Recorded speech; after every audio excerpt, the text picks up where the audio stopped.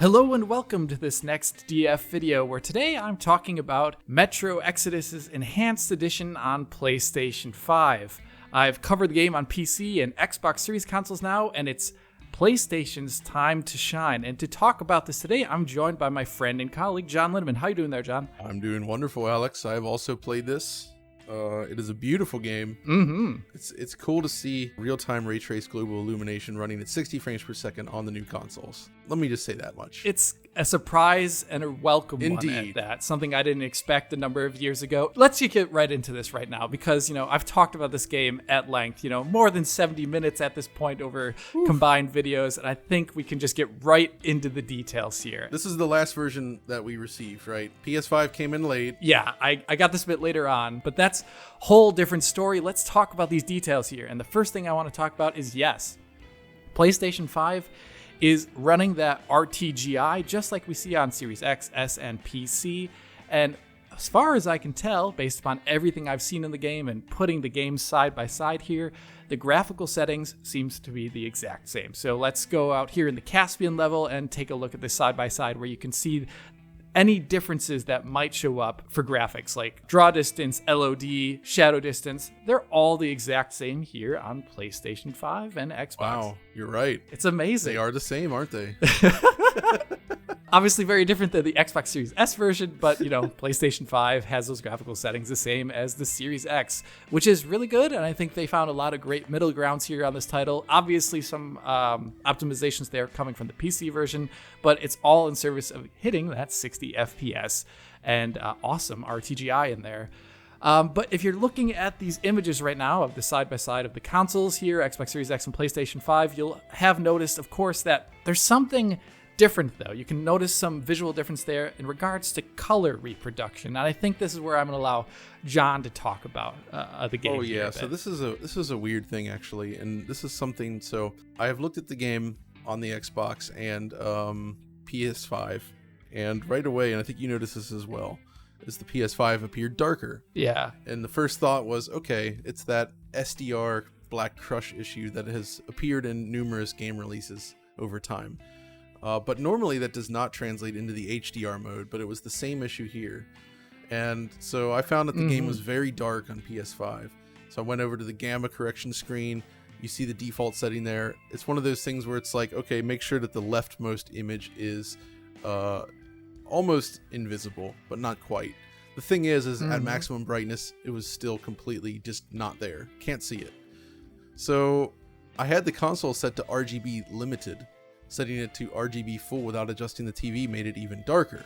But so essentially I matched the TV RGB limited to RGB limited and nothing. And this is in 4K. This is in the 2.1 mode. So it's HDR with RGB.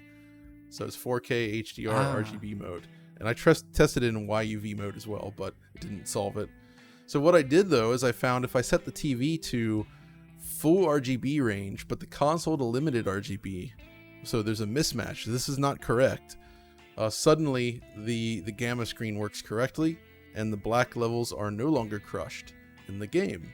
This is something, unfortunately, that's so interesting because, unfortunately, this is something we can't actually even show in the video because capture essentially requires both device and capture device to be limited, set to limited color settings here. So basically, it seems like the PlayStation 5 version in its default SDR and I guess also HDR range defaults to being a bit darker. Well, I'm not sure if what I did there is actually fixing it or just sort of like correcting some of it. Like, I don't know what their actual intent is, but the point is by changing that setting on my TV, it suddenly looks more similar to the Xbox and PC versions, I suppose. That's interesting. Which suggests to me that it's actually more correct than the super dark presentation you get by default, even though the TV settings are not right. It's so hard to guess at exactly what the intent is here because on PC the default setting is like the Xbox Series setting where like blacks are a little bit raised in color, I would say, and it's it's a bit lighter presentation overall. But there's also an option that you can see here on screen right now that you can turn on in the launch parameters for the game on PC that deepens the dark end values of the game, which brings it semi more in line with the PlayStation 5 version. It's really hard to know exactly what this value exactly does here, but Right now, the color situation is that the consoles look different from one another, and also technically, depending upon what you said on PC, a little bit different from that too. Hard to know which one is what the designed version of the game that they actually want out there, but I guess it would be nice if the developers perhaps offered options in the menu to tweak this a bit better than we currently have right now, or investigate it. By default, I mean, maybe this is just an issue in general, but the gamma screen simply doesn't work on PS5 by default. You cannot ever see the leftmost image when your console's set correctly. I had to change those TV settings to see it. So okay, so well, that's something to keep an eye out for, and we'll also explain any of the differences you may see in this video regarding color. Let's get on to the next topic here, and it's loading, and it's really simple to talk about. I measured essentially the exact same loading times when loading up the first larger area of the game, of the Volga level here. Tiny bit slower than I measured on Xbox, but that could just literally be noise. I wouldn't take that as gospel. Looking at these loading times here, this is a game that is not taking advantage necessarily of the next-gen kind of loading APIs and all that stuff. And I think the fact that we're seeing such a difference here, like this more than 10-second difference versus the PC version, shows that it's still like heavily single-threaded, this loading presumably, because the SSD in the PlayStation 5 is much faster than that which I have in this PC. Well, not much, but 2 gigabytes per second faster raw. The only difference is that the CPU is much quicker here on PC single-threaded wise. So nicer loading than what we saw on last gen for sure, but nothing too impressive, and more or less the exact same as what we find on Xbox Series X. Difference though, coming, we have the same graphics so far, slightly different color reproduction, same loading. Difference though comes actually in performance and resolution. So let's talk a bit about the resolution situation here. PlayStation 5 targets is the exact same as Xbox Series X here, 4K output with dynamic resolution scaling, and all the real internal resolution is then reconstructed up to an output of 4K with temporal anti-aliasing upsampling, or an equivalent of that. In general, it's it's hard to say what an average resolution here is, but what I said in the Xbox video is essentially when you're doing open world tasks in that game, it's like around 1512p to like 1728p when you're doing the normal open world stuff. What you can imagine on PlayStation 5 is that it's always around like 150 to 200p less resolution. So it's usually around like 80% of the total Xbox Series X resolution in terms of total pixels, that is. What that means for image quality will depend upon what area in the game you're in. I think in the open world sections of the game where you're just like futzing around in the open world, it's actually not a huge difference.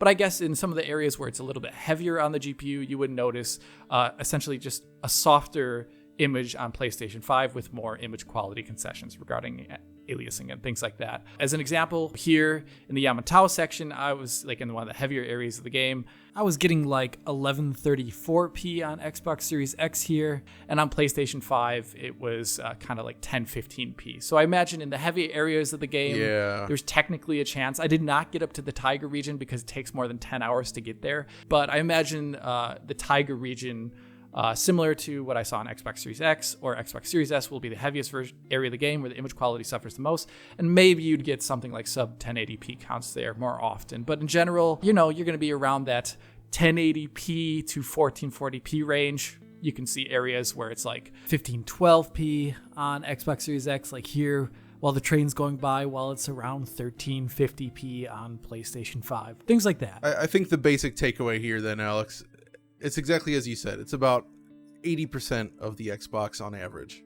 So just a loss in that amount of pixels. So it just creates a slightly softer image. But in general, you're still getting a rather clean, pleasing image that is soft on PlayStation 5 at times. That's about it. Okay. Performance, though, this is where I have only really positive things to say about the PlayStation 5 version. It's super smooth. Super smooth in combat. You're just playing around, shooting tons of dudes like you're seeing in this footage here. Rock solid FPS usually. Moving around the game world. Really rock solid FPS, hitting that 60 FPS line. So that extra headroom they're getting by dropping resolution, I think, is actually helping a bit. But just like I saw on Xbox Series X, it can have some, momentary spikes of like 33.3 ms, just like 1 or 2 of them. And I think those are practically invisible when you're playing the game. I think someone like John or I might see them, but your average user playing at a normal play distance, I don't think it's actually a big deal. Can also have some greater than 33.3 ms spikes, but really rare and actually happening much more rarely than I found on Xbox Series X, and did not happen where there was multiple of them in a row. Like here in this Xbox Series X footage, this is something that was not at all found on PlayStation 5. So there were no multiple drops in a row like this, like we're seeing here. Okay. Yeah, it's some difference between the versions. There were some other differences that I found, like in PlayStation 5 here in the Yamato, when going down on this car here. The resolution is dipping lower than on Xbox. It's like going slightly sub 1080p, but it's also not dropping any frames here. While the Xbox, being above 1080p here, is dropping frames. Same in this other area in the game where I saw PlayStation 5 dropping a couple frames on the top of this tower. Did not happen on Xbox Series X. So it's the versions have slightly different performance profiles depending upon where and when they might drop. But on average, I would say the PlayStation 5 version felt smoother to play and definitely did not have as many frame time issues above 33.3 milliseconds, which I find is awesome because, you're playing the game and it feels less interrupted, less stuttery. And I felt that was really great. And the PlayStation 5 version is definitely smoother. We're looking at a really awesome version here on PlayStation 5. I find the performance really, really great. Super smooth. You're going to have a great time playing this game at that 60 hertz update. It's just a tiny bit softer, than what we find on Xbox. And that's really about it, though. I will say, though, real quick, and, we should talk about this more in detail another time, but the motion blur implementation here is really good.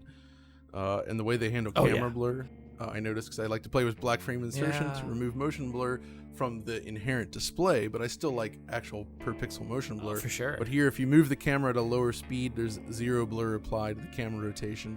And if you move it very rapidly, you get very nice looking blur, which I think is the ultimate compromise. It's cool. And it's the right way to do it. But other than that, I don't think there's really too much more to talk about here. I really like the PlayStation 5 version, and that's really about it. But John, thank you for talking to me today about Metro Exodus Enhanced Edition here on PS5. Thanks for sharing all that information. Of course, yeah. As always, if you did enjoy this video, please hit that like button and subscribe to the channel. If you're already a subscriber, hit that little bell in the corner to be informed as soon as Digital Foundry posts a video. If you want to help us out and get this video in higher quality, support DF on Patreon to get years of our work, including this video, in high quality for download, and maybe talk to us on Discord, among other shenanigans. If you want to talk to John or me about this game on console, PC, anywhere, well, write to us on Twitter. And as always, this is Alex bidding you auf Wiedersehen und farewell.